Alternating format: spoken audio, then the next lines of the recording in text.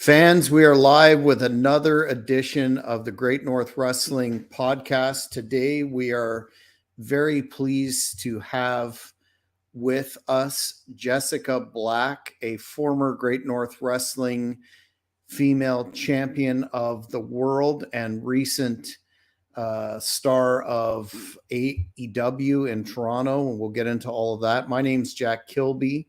And if you're interested in sending questions, we can get into those as well. But first of all, Jessika, welcome to the program. Well, thank you. Thank you very much for having me. It's a pleasure to be here. I thought it would be a logical starting point to discuss recent events in terms of your AEW experience. But before that, get into the process with the Jacques Rougeau Lutte Academy and winning that process that allowed you to go train in the Nightmare Factory. Could you speak on that a little bit? Sure. So for those who are not aware or don't know as much about it, it was a 3-round tournament that started in May. And there was 3 rounds, so every round you had everyone had an opponent, and through judges and through fan voting, the best performer would go on to the next round. And I got to the finals, and then in the finals, QT Marshall was streaming and picked the winners. So the 4 winners that he I guess saw something in, and we won $5,000. And a chance to be on AEW TV in Toronto, and the 3-month scholarship to the Nightmare Factory here in Georgia.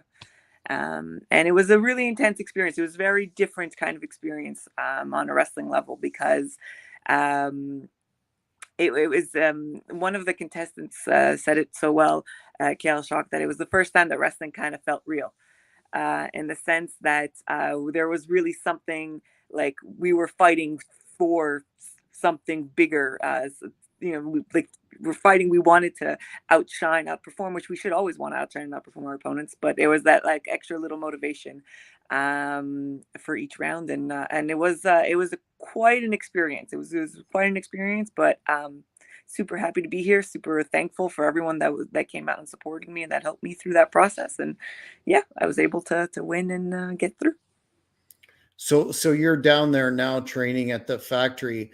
That must be from someone who has a breadth of experience working on an independent level in Canada, to be down there in such a well-regarded and now really established facility. How is that going for you in terms of both the in-ring work and all of the intangible aspects of the business that they may be imparting to you? I think it's going super well, and it's honestly, it's a lot of fun. So I think in anything that we do, there's like, you can always learn. So I'm always, like, every day I'm learning something new, whether it's reminding myself of things that I learned a long time ago when I started, or just new techniques to doing certain things. And like you mentioned, the intangibles of making new connections, networking, all those things. It's really, it's priceless, really, this experience. And we're getting so much ring time. Like, we're practicing 6 times a week, and you just really can't, like, it's an amazing experience to be here and to be able to do that, to learn from Coach QT, Coach Cody, and to just the amount of experience and knowledge that, like, we're around. It's like, I'm very, very grateful to be here and be able to go through that. In terms of your promo work, I recall in the show that I had the benefit of being ringside for in Kingston last year, you cut a number of really, I guess the best word to describe it is believable. Okay, I'll take that. heel promos. Like, it really stood out to me in terms of the female workers on the card. Has there been any sort of focus on that aspect of your game that you feel that you've learned a lot from, given the fact that you come from a solid foundation in that area? Actually, yes, we're doing promo work here, and I am getting a lot of positive, constructive feedback to step it to go on to the next level. Because again, nothing is ever perfect, and I think I appreciate that you said that the promos that I do are believable because that's the whole point, right? And no one wants to hear anything that's sounds not real.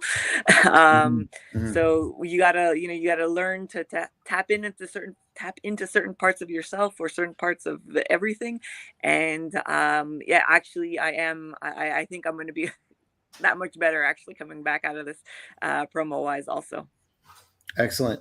Now, growing, I want to discuss what led you into the business and some of your influences growing up. But as a lot of viewers of the Hannibal TV saw and heard, you had some pretty significant exposure at the AEW cards in Toronto last month.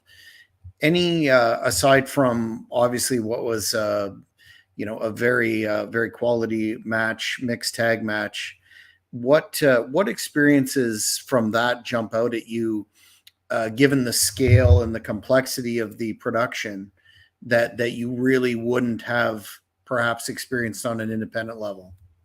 Well, I think, like you said, the production level, the arena, the crowd, the professionalism, and not to say that other independent levels aren't professional, but just the grand scale of it, with the exposure. That's something that is again. I'm going to be repeating myself, but it's priceless. It's not. It's something that we can't really get anywhere else, especially as Canadians when it is hard to get into certain places.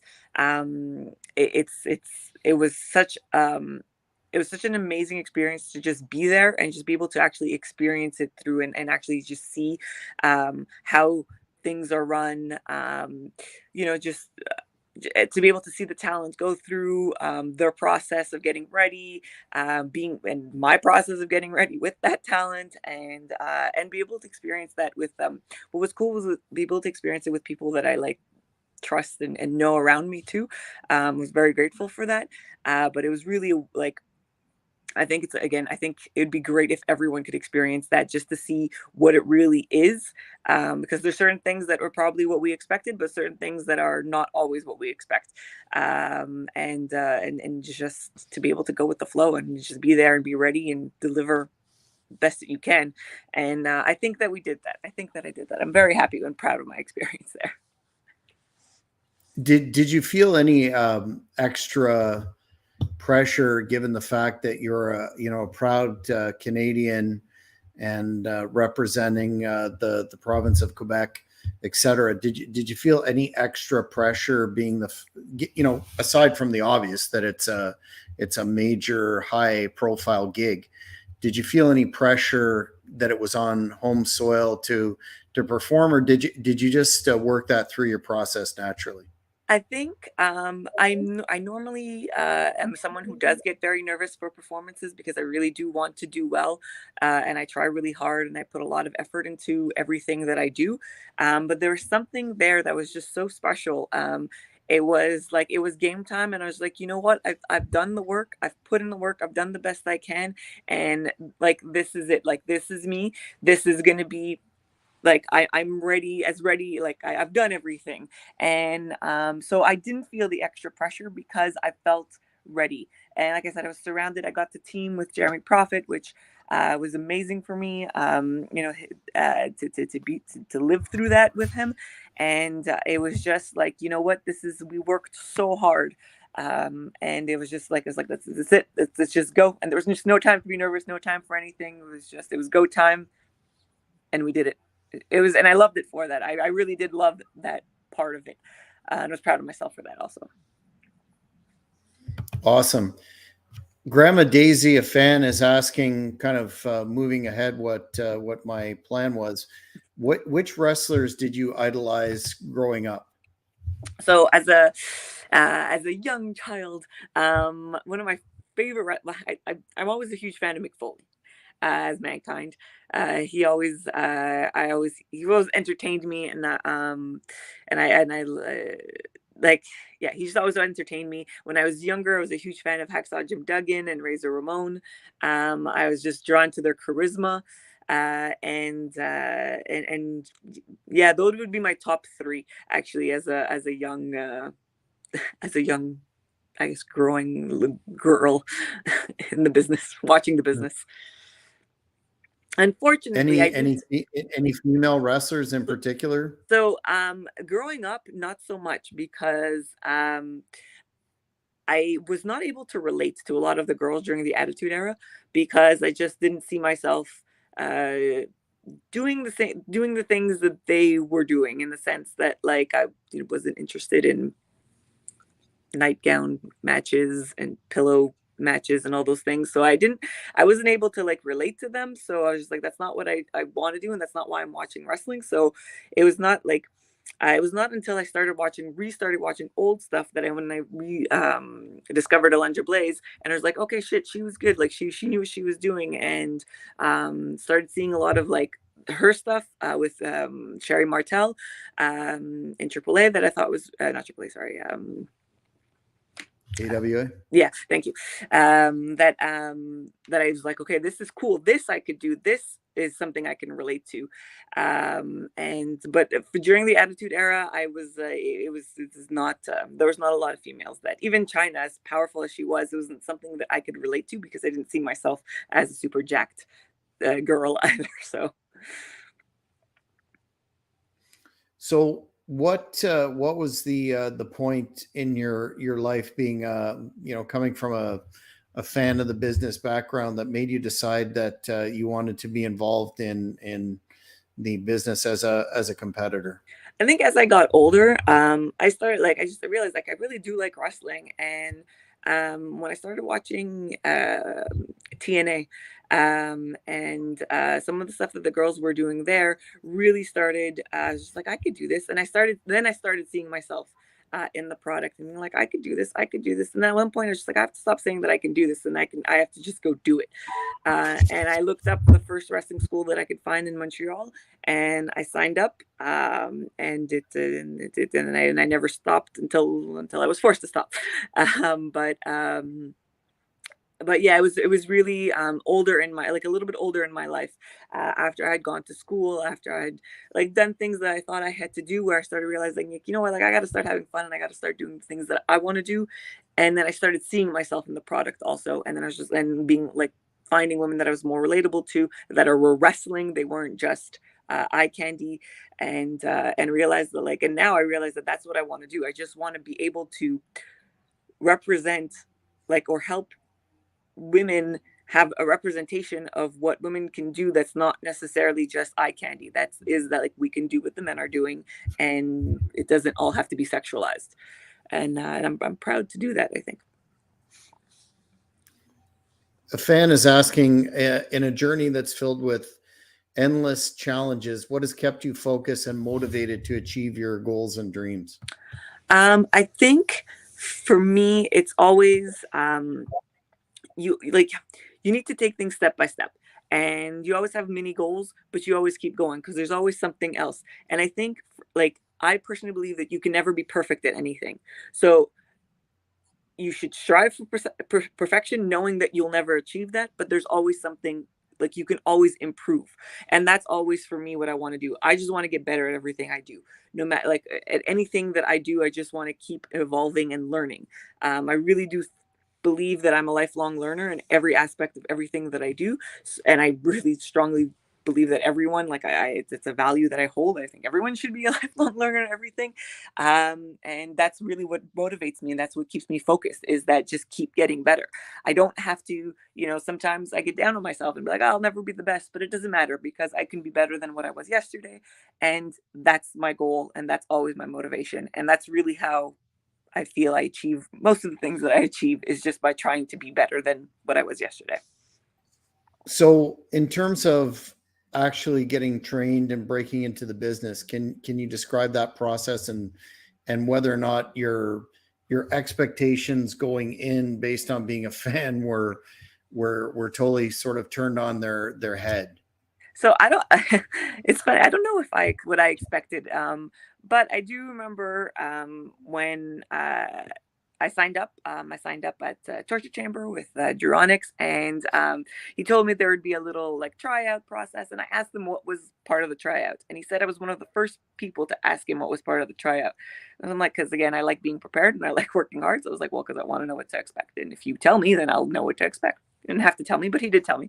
So I knew what to expect going in, and I trained for that. And then, I did the tryout. Everything felt good, and I was just so surprised that after those first couple of practices, I would go home feeling so happy. And I'm someone who I'm shy.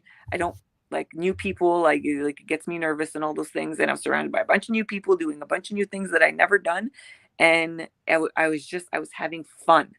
And that's not something that I always experience. And other things that I do, I have to push through because it's like I'm nervous and all those things. But I was just having fun doing it, and it felt like I was having fun, I was learning, and I was helping myself like physically. It was something that was keeping me physically in shape, and yeah, just keeping me physically in shape. And I loved everything about it. I was like, this is just all positive.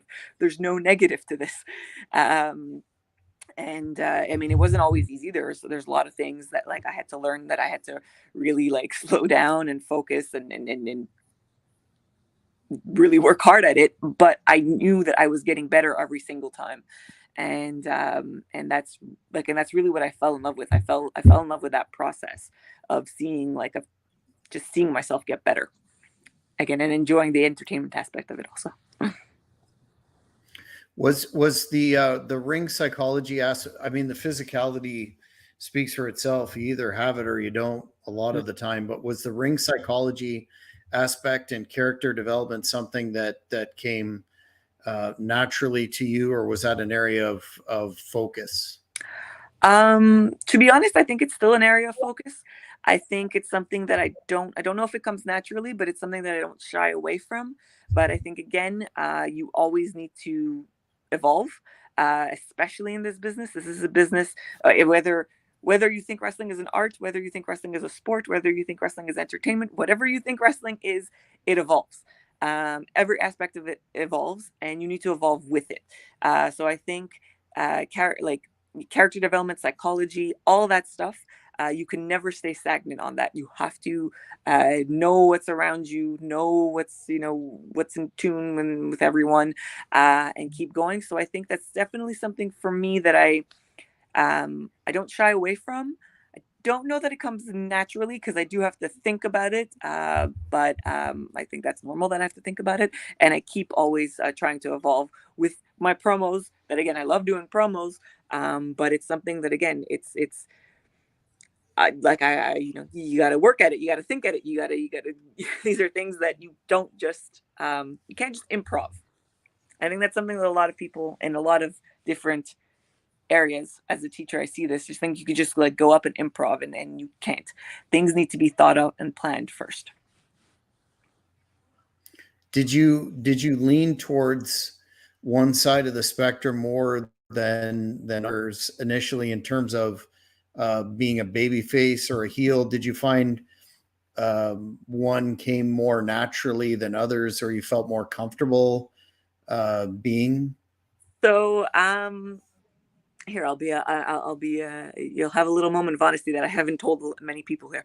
I often at the beginning, often people just assume I'd be a heel, and I feel it was just on my look and my demeanor, and I didn't really think much of it. But what ended up happening is I ended up being cast as a face for my first year and a half. I was pretty much a face all around, and I thought I was getting a lot of experience at that, and I was getting comfortable with it.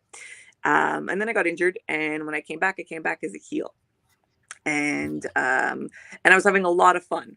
And again, learning the intricacies of that. But Now I get insulted It's a very strong word. When I'm typecast as a heel, because again, I feel like it's just based on my look, and it's just based on the fact that I do not fit the stereotype of what women wrestlers are, and that pisses me off because I'm actually a really good person, and I don't like being mean. It's even if I'm good at it, I don't like it. So so I think I would like to, I think I'm a good person, and I like to fight for what's right. So I think I'm a great spokesperson for the social justice of everybody out there, and everyone should cheer me. Well, some of the old timers have said that the nicest folks in the locker room are usually the heels. So I've heard that. there may be something to that. I've heard In that. terms of your initial experiences and bookings, how would you describe that aspect of paying your dues to get a name together and the travel, the low pay, at least initially, that sort of grind that a lot of the workers refer to on an independent level still to this day? Do you have any experiences from that have really guided you moving forward, especially with your recent large scale success? I think it's just important for anyone just to always be a human being. It's a community wrestling and it's networking. So you got to be available to help. You got to be available for the promoters. You got to be helpful. You got to be an asset in and out of the ring. And I think for me, it was, being available as much as possible. And being available for a good portion of the day too to help with the ring, to help with the takedown and put up the ring and help with all again any aspect. If you have a skill, I don't know, maybe if someone has a skill with Photoshop, maybe they can help with graphics, whatever. But to put yourself out there to be as helpful as possible, because it is a community and we're all doing this because we love this business, but we also want to be successful at it. And sometimes we realize that our skills, like it's not necessarily always the wrestling skill that gets you to places. Sometimes it's other things, but I think most importantly, it's just being a human being and being able to help as many people as possible is really, I think that's really important for any person starting to realize that and to do that so that you can be noticed and people will go to bat for you and will speak highly of you, and will want you booked on shows.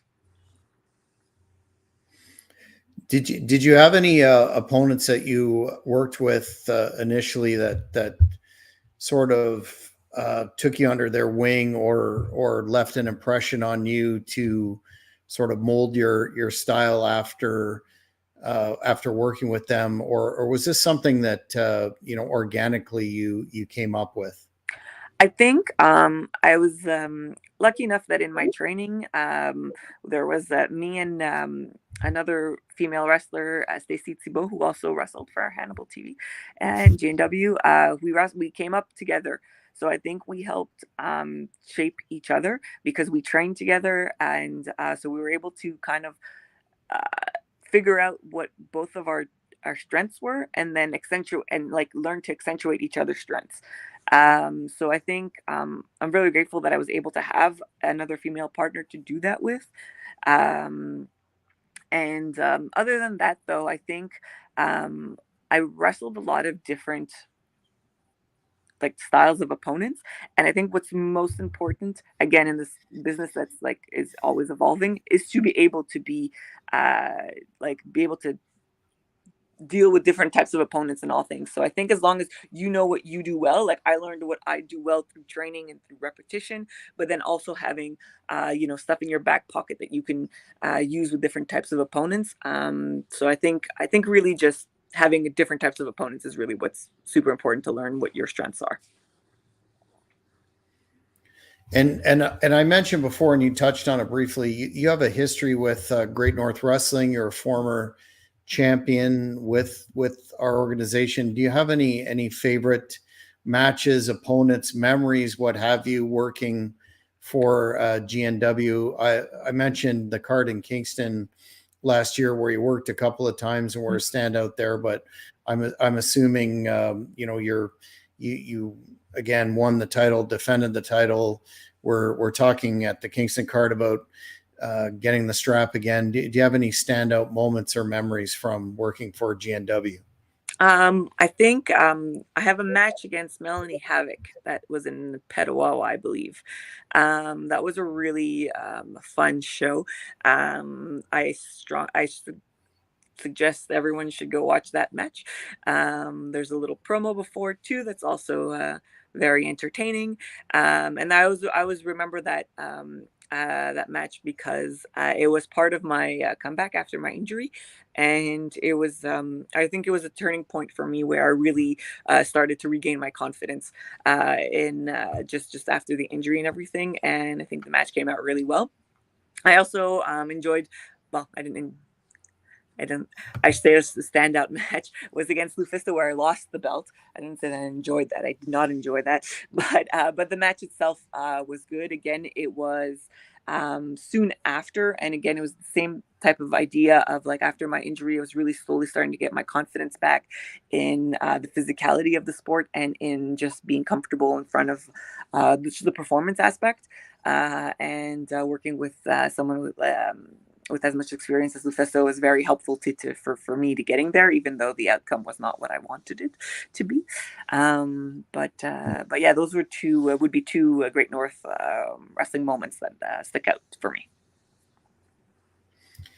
And you also in the Kingston show were talking about regaining the title again. That was a theme in your presentation, and I know that you were there to watch the champion Nova, who has since been stripped, but is regaining that title and seeing where that goes with new opponents something that is on your radar for 2023 as we restart the brand.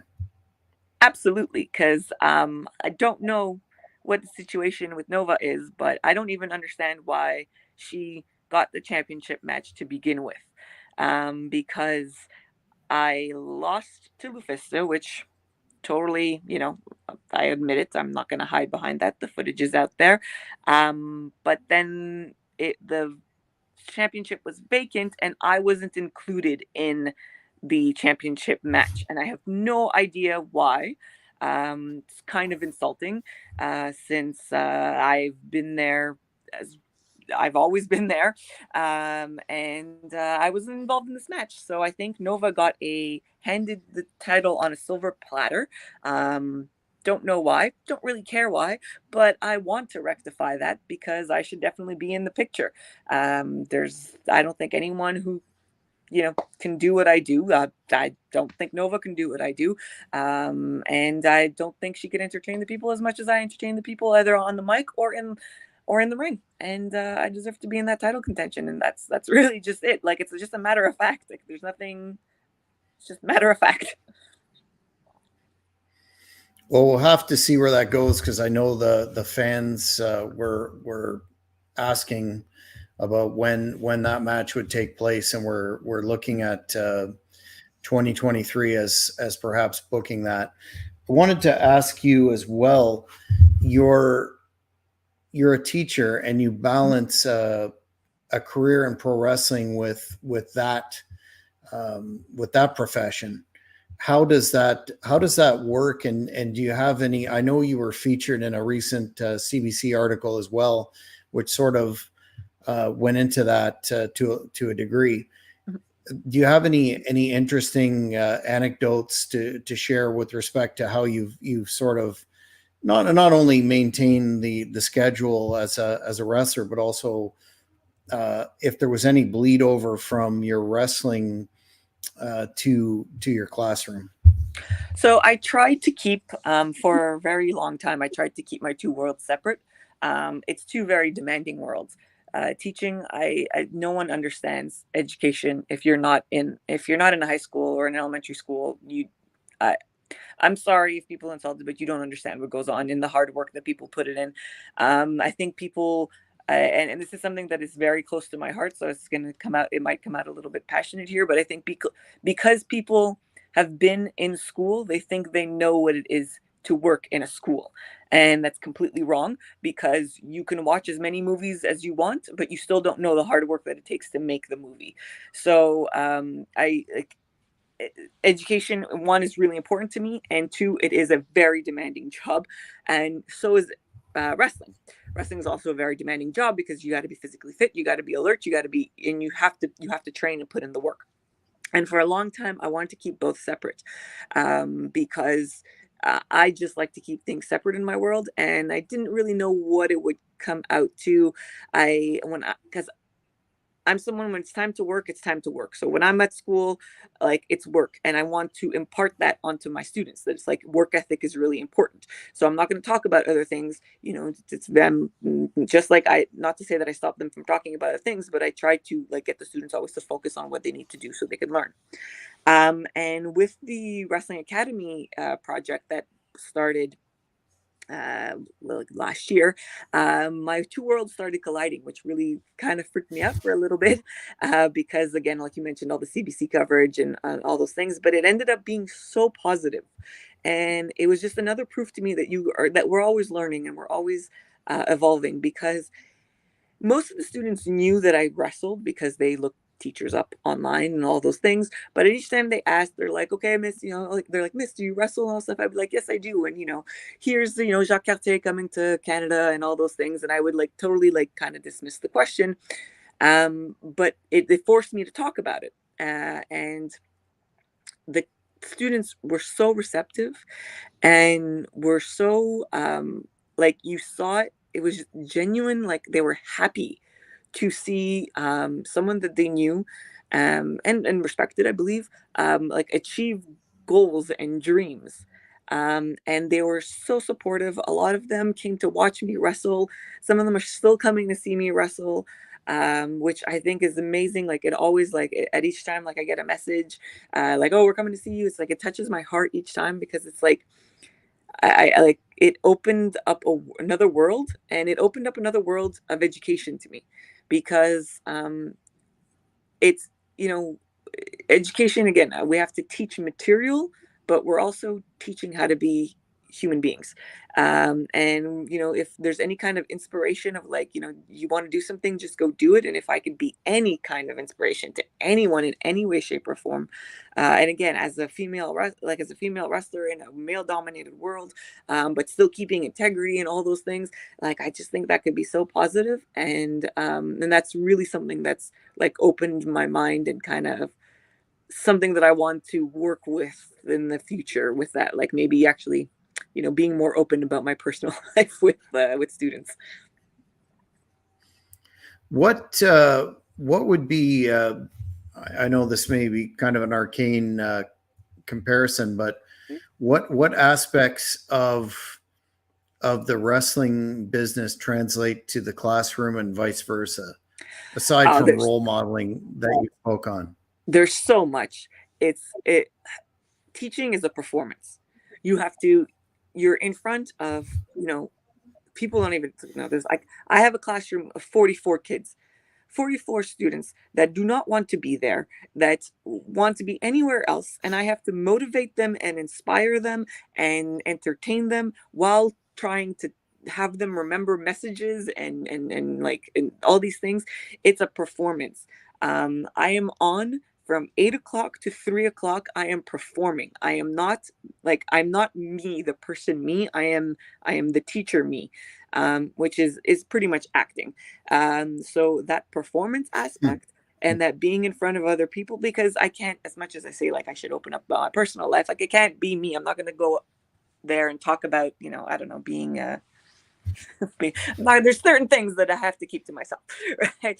I can't bring in my personal problems. I can't bring in my, if I'm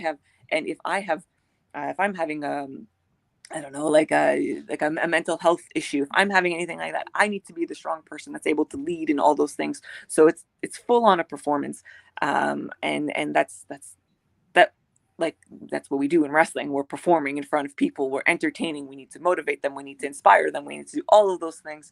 It's just a different medium of doing it, but it's so similar. And I there's so many skills that I learned through teaching, through like my 14 years of teaching now, that I can translate into the wrestling world for captivating audiences and dealing with that. At least in a wrestling, and you know what's crazier too? Wrestling audience is easier because the wrestling audience is paying to be there. So they want to be Mhm. there. So they're way easier to work with Mhm. than students that are forced to be in class. Mhm. Well, it certainly must add to your lesson planning if you have a few anecdotes from the business to pull out and drop on the kids. It does. Do you, if you could delineate your career thus far to a single, maybe not a single, but a highlight specifically, either in terms of in ring or a promo or whatnot, what would you put on that pantheon right now as your most proud accomplishment?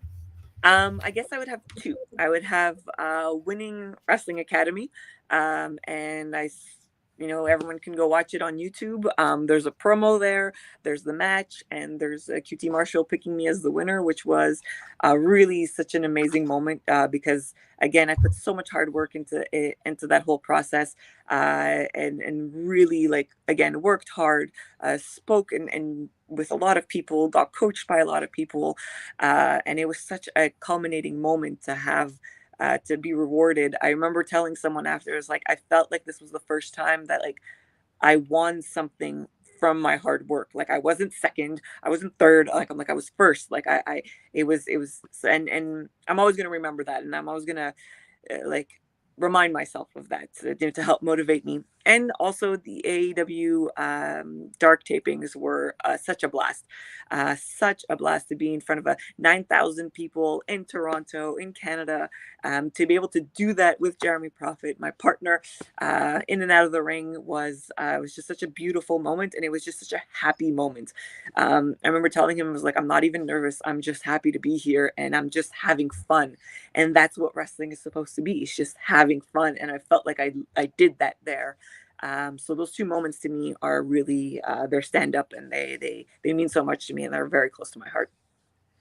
So moving forward, do you have a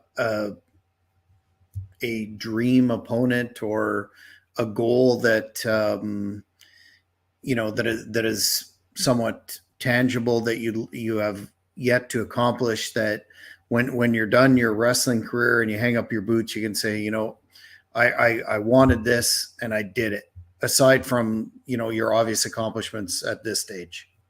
So I'm really bad at answering those questions because I again, for me, like my goal is just to get better and just to live through the journey. I don't necessarily, there are people I'd like to wrestle, but there's not like I don't have a standout opponent that I like to wrestle because I want to wrestle everybody.